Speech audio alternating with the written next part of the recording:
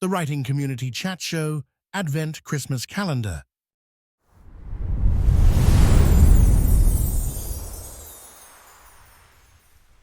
I've done Mm, different kinds of trips. My personal favorite probably are backpacking trips because there's a certain just like freedom to that.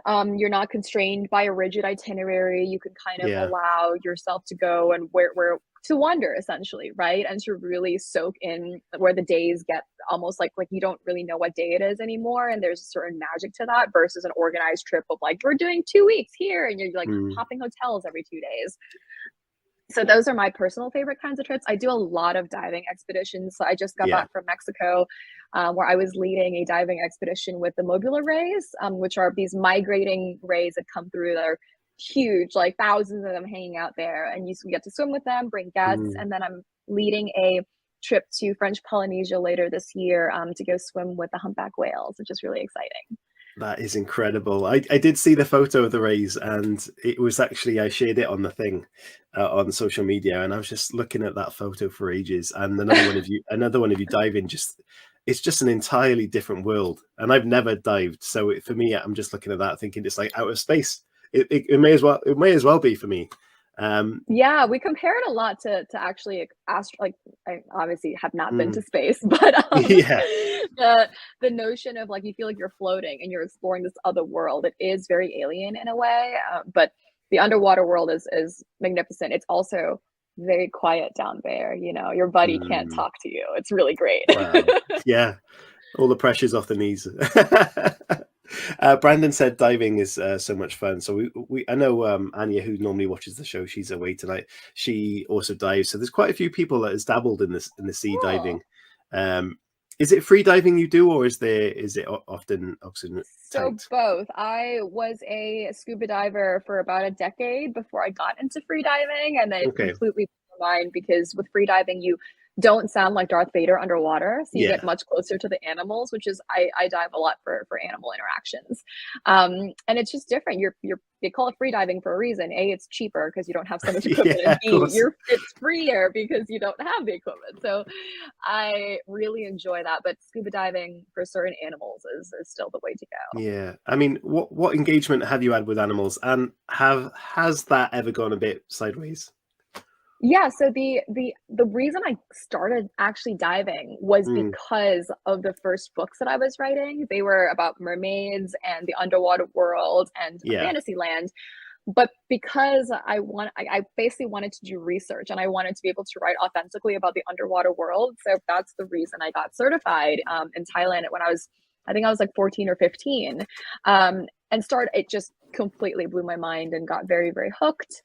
So Wow. I would say that even though now they seem kind of different in terms of the writing and the diving, it all came from the same origin story, I guess, of Mm. wanting to tell stories and transport people to other worlds, which is really cool that I get to do that now, both from a writing perspective and also taking people diving and then bringing them to that world. That's a wonderful way to look at that, is in taking those worlds and world building in both those sort of scenarios. Linda says, I love I've loved the idea of diving but terrified of sharks. So of course, I'm sure you've interacted with sharks. I'm sure I've read that somewhere.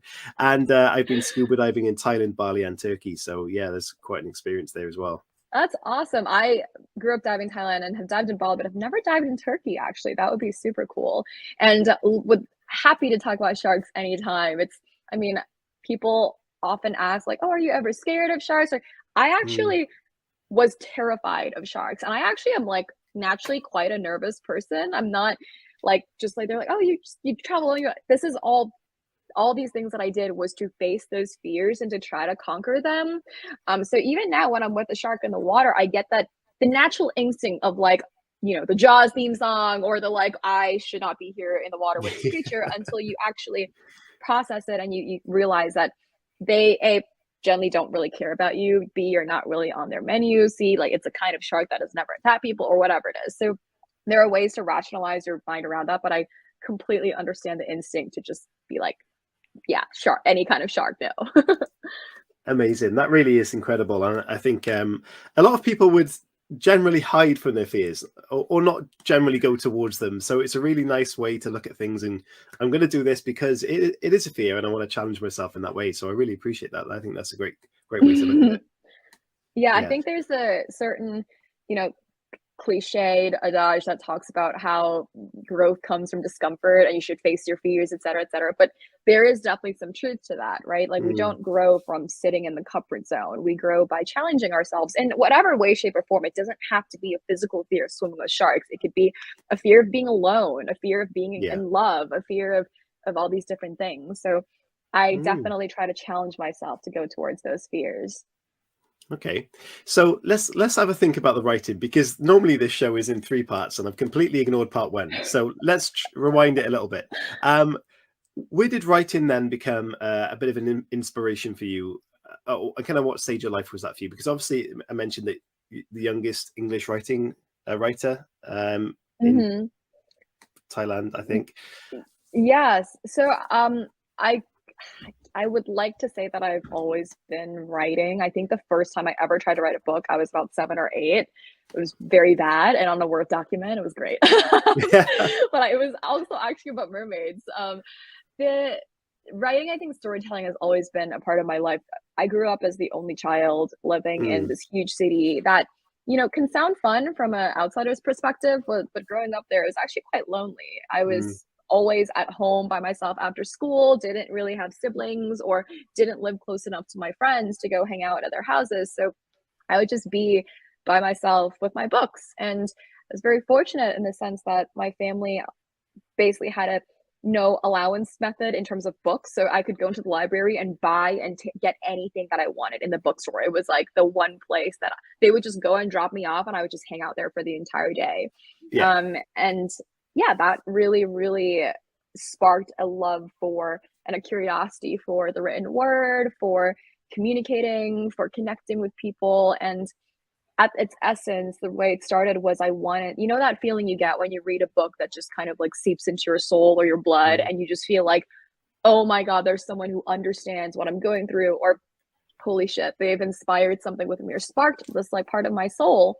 And I wanted to impart that feeling onto someone else, mm, especially for other Thai kids, where back then the young adult literature that was around, children's books, was very, very Eurocentric and very white. And I never had characters that looked like me, reflected my upbringing, or any of that at all, which is kind of what inspired me to write a trilogy of fantasy novels. Because in fantasy, and in sci-fi, you can often get away more with like diverse characters, at least in the past. yeah. Now it's in to have like a diverse character. But back then I was very nervous about writing about a Thai Mm. girl or a Thai character. So it allowed me to kind of do that.